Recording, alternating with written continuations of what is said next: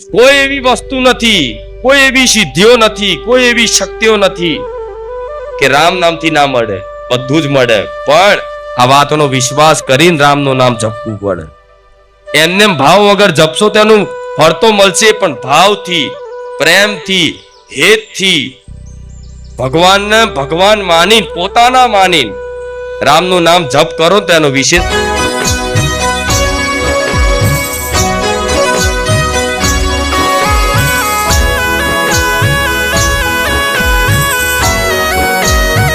એવું જોડ માગજો આજના દિવસે, તેવું માગજો કે અમને ભક્તિ પ્રદાન કરો. કે જીવનમાં સાચી શાંતિ અને સુખ જીવનમાં આપશે ને તો ભક્તિ આપશે. એ ભગવાન માતાજીની ભક્તિ આપશે જીવનમાં સાચું સુખ અને જીવનમાં સાચી શાંતિ. એ ભક્તિ સિવાય મળવાનું, કોઈ વસ્તુ પદાર્થ વ્યક્તિમાં મળવાનું એકમાત્ર ખાલી ભક્તિ જ. તમે જે માગ છે ને, જે સુખી થઈ જાઓ, કાયમ માટે આનંદિત થઈ જાઓ. મનુષ્યની માંગ શું છે? અપાર આનંદ જોઈએ છે, અપાર સુખ જોઈએ છે. કેમ કે એની અંદર સુખની કદાચ અંતરાત્મામાં કામના હોય, આનંદની, કે અપાર આનંદ, અપાર સુખ જોઈએ. એ અપાર આનંદ, અપાર સુખ લેવા માટેના સંસારમાં ભાગદોડ થાય છે. પણ સાચું સુખ ને સાચું આનંદ કોઈ જોડે રહેતો નથી. આ સંસારમાં જે વ્યક્તિઓ મોટા મોટા મોટા મોટા અજબોપતિઓ બની ગયા ને, છતાંય એમના જીવનમાં ક્યાંક ને ક્યાંક વાતે અસંતોષ લાગે છે. બધું હોવા છતાંય કઈક વાતની કમી લાગે છે, કઈક અંદરથી ભૂખ લાગે છે. તે ભૂખ શું છે? આનંદની. પૈસા, રૂપિયા, માન, સન્માન બધું જ હોય, પણ જીવનમાં આનંદ ના હોય ને તો જીવન જીવતા મરેલાની જેમ વ્યક્તિ જીવતો હોય, એની જોડે બધું હોવા છતાંય. પણ જે વ્યક્તિ ગરીબ હોય, એની જોડે કશું ના હોય, પણ ભક્તિનો આનંદ, ભક્તિનું સુખ હશે ને, તે ઝૂંપડામાં રહેલો વ્યક્તિ મહેલ કરતા તે સુખી કહેવાય ને. આ ભક્તિની મહિમા છે. દરેક મનુષ્યનો જન્મ કેમ થયો છે? ધરતી પર જન્મ થયો, મનુષ્ય અવતાર મળ્યો તો પહેલેથી જ ભગવાનની કૃપા થઈ ગઈ તો તમને મનુષ્ય અવતાર મળ્યો છે. ક્યાંય પશુ પક્ષીની યોની ભટકતા જીવ ભગવાનને દયા આવી અને દયાના પાત્ર બન્યા. અને એક વખત ભગવાને ફરી અવસર આલ્યો કે જાઓ, મનુષ્ય અવતાર પ્રાપ્ત કરી અને જીવનમાં સાચી સેવા, પોતાના કર્તવ્યનું પાલન કરી અને ભગવાનની ભક્તિ કરી અને પોતાના ઘેર પરત પાછા આવી જાય. ભગવાનનો એ ઉદ્દેશ છે. ખોવાઈ ગયેલા જીવ છો, તમારું લક્ષ્ય ક્યાં છે તમને ખબર? ક્યાં જવાનું, ક્યાંથી આયા ને ક્યાં જવાનું ખબર? અત્યારે જ્યાં છો ત્યાંની ખબર છે, પણ આ જ્યાં છો અત્યારે હાલ, એ ભગવાને એવી રંગબેરંગી દુનિયા બનાવી છે ને, બધી વસ્તુમાં વ્યક્તિનું મન આકર્ષિત થઈ જાય. આ કર લો, આ કર લો, આ પામી લો, આ પામી લો. પણ આ પામમાં તમારી ઉંમર જતી રહેશે, ખબર નહીં પડતી. કાલ મૃત્યુનું ટાણું આવી જાય છે અને યમરાજના દૂત આવીને ઉભા થઈ જાય. તારે કહેવા રહેજો કે ના ના, હજુ મને 5 વર્ષ જીવવા દો. અહીંયા કોઈનું ચાલવાનું, ત્યાં ભલામણ કરજો. શ્વાસો ગણેલી છે દરેકની ઉંમર નહીં, શ્વાસો ગણતરીની શ્વાસો લઈને આવ્યા. જેટલી શ્વાસો ધરતી પર લેવાની છે એટલી જ લેવાના. એક વધની શ્વાસ કોઈ લઈ શકવાનું નથી. ત્યારે કહેવા રહેશો ને, ઉભા રહો, હજુ તો મારે ઘણું બાકી છે, હજુ મારા ઘર બનાવવાનું છે, હજુ મારા ગાડી લાવવાની છે. ત્યારે કોઈનું ચાલતું.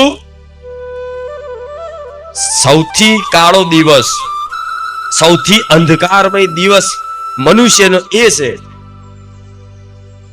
કે એને જીવવું છે છતાં એને મરવું પડે. કેવું? દરેક વ્યક્તિને જીવવાની ખૂબ ચાહ છે, પણ આજે ને એક દિવસ તો દરેકનું મૃત્યુ નિશ્ચિત છે ને.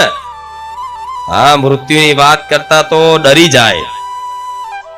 મૃત્યુ ડરવાની કોઈ વાત નથી. એ સત્ય છે, સનાતન સત્ય છે સંસારનું, કે જેને જન્મ લીધો છે એને એક વખત મૃત્યુ આવવાનું છે, એક વખત મરવાનું છે. ખબર છે ને? કોઈ આજે, કોઈ આજ ગયા, કોઈ કલ ગયા, કોઈ ચંદ રોજ में जाएगा. શું? કોઈ આજે ગયું, કોઈ કાલે ગયું. દરરોજ કંઈક ના કંઈક જન્મ થાય છે, કોઈના મૃત્યુ થાય છે, કોઈના જન્મ થાય છે, સામે મૃત્યુ થાય છે. તેવી રીતે તમે ભૂલી જાવ છો કે એક દાડો અમારે મરવાનું છે. ભૂલી જાવ છો ને? હા, બીક લાગે મરવાની વાત કરતા. મારે આવું છો બોલસ તું? પણ એટલે તો કહેવાય છે કે આ મૃત્યુની વાત કરતા તે હલી જાય. કોઈ કે ને, અરે આવું ના બોલશો યાર, તમે આવું છો બોલો છો. અને પણ જે સ એ સ, એમાં શું તમે આને છુપાવશો, આને નકારશો તો એ રહેવાનું છે કોઈ નથી. સમય ઉભો રહેશે. રૂપિયા છે બધું ખરીદી શકશે.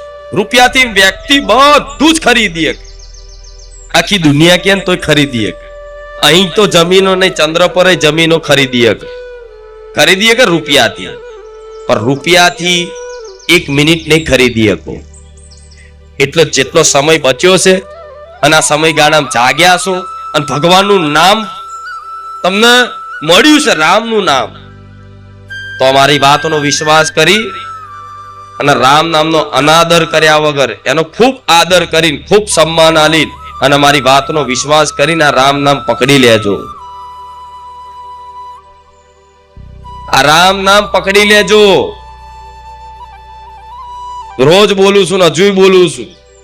આજ મારો મહાદેવ બોલાડે છે કે આ રામ નામ પકડી લેજો. કેમ કે મહાદેવ સ્મશાનમાં કેમ બેઠા ખબર તમને? મહાદેવનો વાસ ક્યાં હોય છે? સ્મશાનમાં. સ્મશાનમાં મહાદેવ કહેવાય છે ભસ્મ લગાવે છે. સ્મશાનની ભસ્મ શરીરે લગાવે છે. એમને મહાકાલ ઉજ્જૈનમાં ભસ્મ આરતી થાય છે. ખબર? એ ભસ્મ શેની ભસ્મ હોય છે? સ્મશાનની. જે મૃત્યુ પામેલા અંતિમ સંસ્કાર કર્યો હોય એની જે રાખ હોય ને, રાખ મહાદેવ લગાવે છે શરીર ઉપર. તો કેમ લગાવે છે કોઈને ખબર છે? કહું હવે.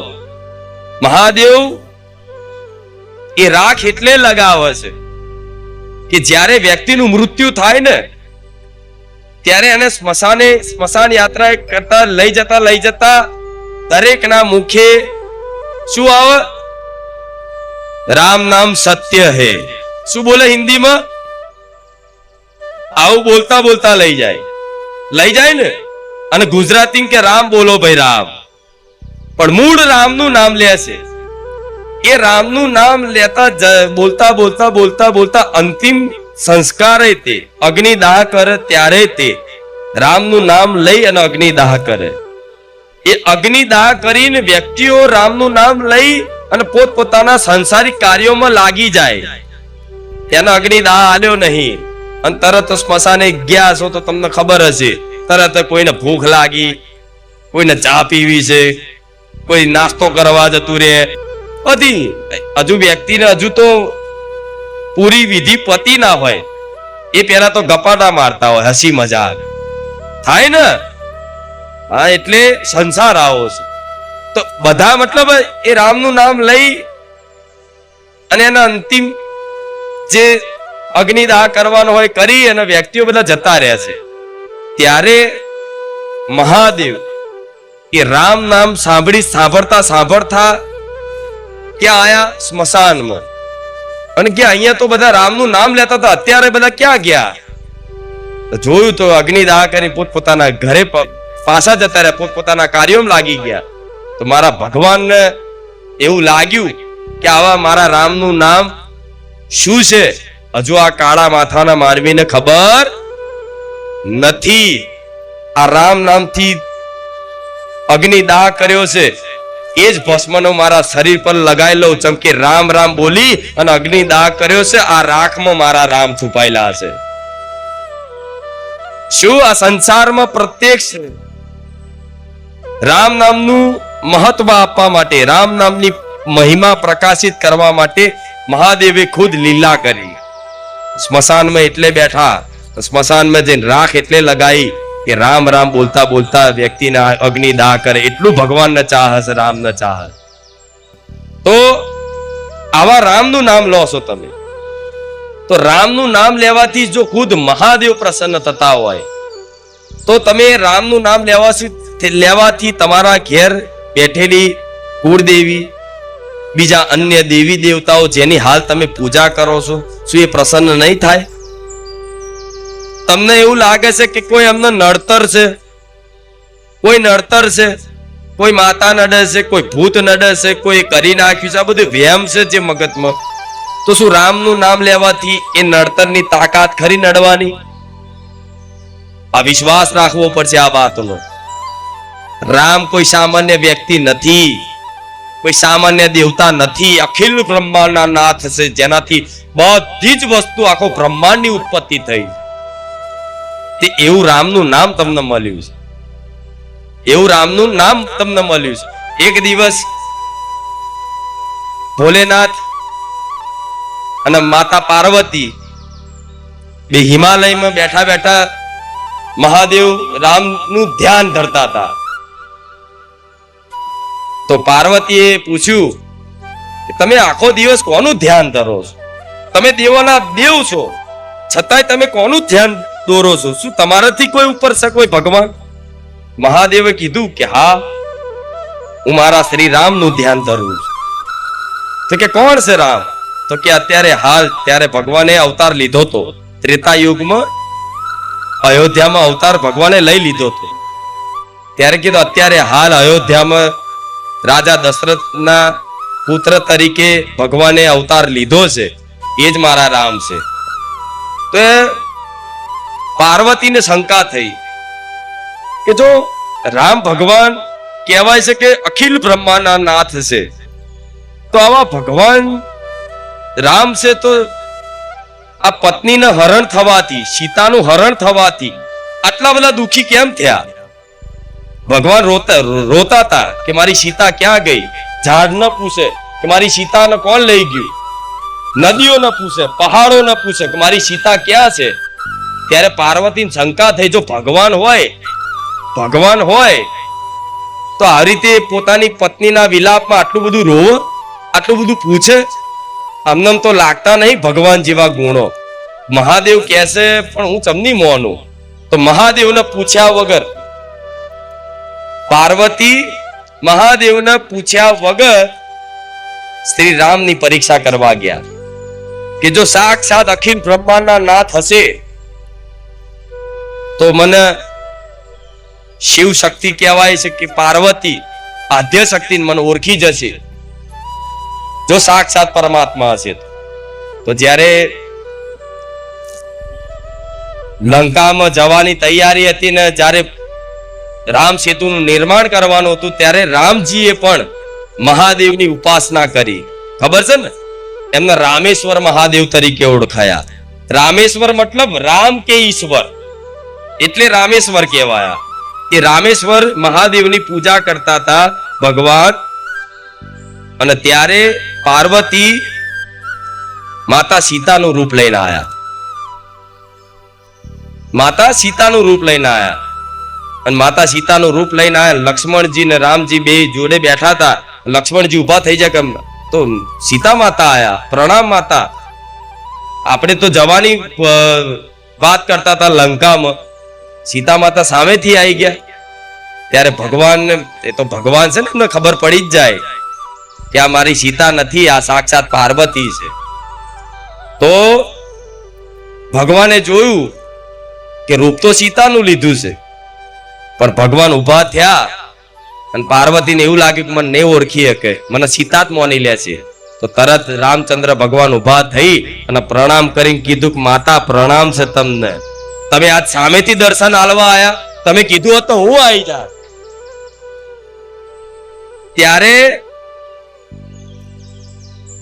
ત્યારે ખબર પડી પાર્વતી માતાને કે ના, તમે સાક્ષાત પરમાત્મા છો, પરબ્રહ્મ પરમાત્મા છો, ભગવાન છો તમે. મને માફ કરજો, મેં તમારી આટલી પરીક્ષા કરી તમને ભગવાન સાબિત કરવા માટે. અગર જો ભગવાન ના હોત તો પાર્વતી માતા રૂપ સીતાનું લીધું તો ઓળખી ના શકત ને. સાક્ષાત ભગવાન હતા. અને પાર્વતી માતા શંકર ભગવાન જોડે મહાદેવ જોડે પાછા ગયા અને મહાદેવ ધ્યાનમાંથી બહાર આયા અને કીધું ક્યાં ગયા હતા? તો કે મેં તમારા શ્રી રામ ભગવાનને આ રીતે મારે ચેક કરવું હતું, એક પરીક્ષા કરવી હતી. ખરેખરમાં ભગવાન છે, જો ભગવાન હશે તો મને ઓળખી જાણશે. એ રીતે હું એમની પરીક્ષા કરવા ગઈ. એમ સીતાનું રૂપ લઈ, પણ સાક્ષાત ભગવાન છે. મને જાણી લીધા કે આ તો માતા પાર્વતી છે. તો મહાદેવને એ વાતનું દુઃખ લાગ્યું કે તે મારા શ્રી રામનું પરીક્ષા કરી, મારા ભગવાનની પરીક્ષા કરી, મારા ભગવાનનો અનાદર કર્યો અને એમાંય તે માતા સીતાનું રૂપ લીધું. તો જા, જેને હું માતા સમાન માનું છું સીતાજીને, એનું તે રૂપ ધારણ કર્યું છે. હવે તું મારી પત્ની કહેવાવ નહીં. મહાદેવ પાર્વતીને ત્યાગી દીધા તા હોય ઇતિહાસ છે. ખાલી રામ માટે, રામને ખાલી પરીક્ષા કરવા માટે મહાદેવજીએ પાર્વતી માતાને ત્યાગી દીધા હતા. જાઓ, તમે મારા રામના નહીં તો હું કોઈ ન. એ છે મહાદેવ ને એ છે મારા રામ. અને એવા રામનું નામ તમને કાનેથી સાંભળવા એક વખત મળે છે. તો સમજો, કૃપા છે ભગવાનની, વિશેષ કૃપા છે. અમુક લોકો નહીં કહેતા કે મારી હવે બધી જગ્યાએ કઈક કાર્ય સિદ્ધ કરવાનું હોય તો અમુક કોઈ ગુપ્ત મંત્ર આપો, એવું કે કોઈ ગુપ્ત મંત્ર આપો. કોઈ એમ કે હું કહું કે લાવો ભાઈ બધાને કાનમાં કઈક મંત્ર આપું ગુપ્ત, તમારા ધાર્યા કામ થશે. એવા ગુપ્ત મંત્રો લોકોને જોતા હોય, કઈક ગુપ્ત મંત્ર આપી દે માતાજી તો સારું. તો આ રામ નામ છે ને એ ખરેખર ગુપ્ત મંત્ર જ છે. ભલે બધી જગ્યાએ પ્રગટ છે, ઠેર ઠેર તમને રામ રામ સંભળાતું હશે, ઠેરતા ચાલતા લોકો રામ રામ બોલતા હશે, પણ રામ નામ શું છે ને એ રહસ્ય જે જાણી જાય ને, રામ નામ શું છે એ રહસ્ય જે વ્યક્તિ કોઈ ભક્ત જાણી જાય ને, તો આ સંસારમાં આખા બ્રહ્માંડમાં કોઈ એવી વસ્તુ નથી, કોઈ એવી પરિસ્થિતિ નથી કે રામનું નામ લેવા વાળો વ્યક્તિ એને પ્રાપ્ત ના કરી જાય. કોઈ એવી વસ્તુ નથી, કોઈ એવી સિદ્ધિઓ નથી, કોઈ એવી શક્તિઓ નથી કે રામ નામથી ના મળે. બધું જ મળે, પણ આ વાતનો વિશ્વાસ કરીને રામનું નામ જપવું પડે. એમને ભાવ વગર જપશો તેનું ફળ તો મળશે, પણ ભાવથી, પ્રેમથી, હેતથી, ભગવાનને ભગવાન માની, પોતાના માની રામનું નામ જપ કરો તો એનો વિશેષ ફળ મળે. શું ભગવાન તમારા પોતાના નથી? નથી. ભગવાન કોને કહેવાય? જે એમને નથી માનતા ને એ એમને રીતે કૃપા રાખે એ ભગવાન છે. શું બધા ભગવાનને થોડી મારા છે? આ જગતમાં લોકો ભગવાન ઉપર સવાલ ઉઠાવે છે. તો એ બધા સુરક્ષિત, વરસાદ પડે તો હરખો જ પડે છે ને, ઠંડી પડે તો હરખું જ પડે છે ને, બધાને સમાનતા જ આલે છે ને ભગવાન. કે ભાઈ ભગવાનને નહીં માનતા એમનો પાણી કાલથી બંધ, એવું જોયું ના? જે નહીં માનતા ગારો બોલે એમને ભગવાન આલે છે, કેમ કે ભગવાન છે. અને તમે કોણ છો? ભગવાનના અંશ, ભગવાનના દીકરા દીકરી. અગર તમે જો ભગવાન બધાને સંતાન માને છે, બધા મારા દીકરા છે, મારા સંતાન છે, પણ દીકરાઓ નહીં માનતા કે ભગવાન મારા પિતા પરમ પિતા પરમેશ્વર છે. તકલીફ એ જ છે. ભગવાન માને છે દરેક કે આ મારો છે, પણ તમે નથી માનતા, તમે પોતાનાપણું નથી કરતા, એટલે તમને ભગવાન બહુ દૂર છે એવું લાગે, પણ દૂર નહીં. ભગવાન કણ કણમાં છે, કણ કણમાં છે.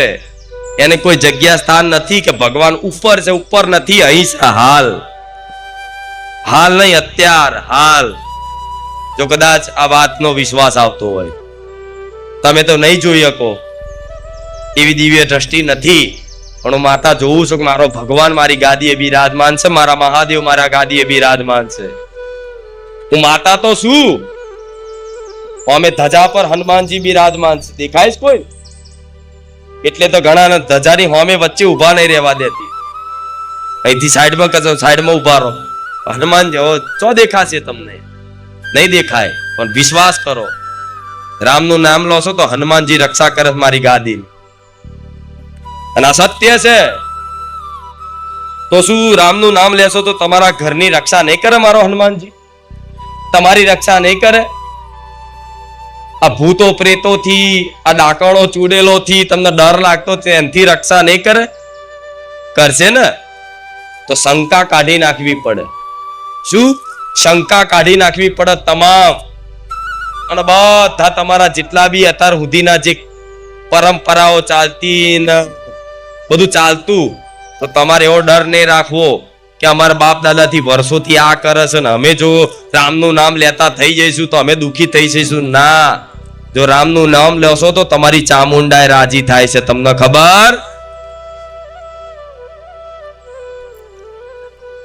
ચામુંડ ગણો, હરસિદ્ધિ ગણો કે બહુચર ગણો, આશાપુરા ગણો, બધી આદ્ય શક્તિ છે ને. આદ્ય શક્તિ કોનું રૂપ? માતા પાર્વતીનું, સતીનું રૂપ કહેવાય છે ને. તો મહાદેવ કોનું નામ લે છે? શ્રી રામનું નામ.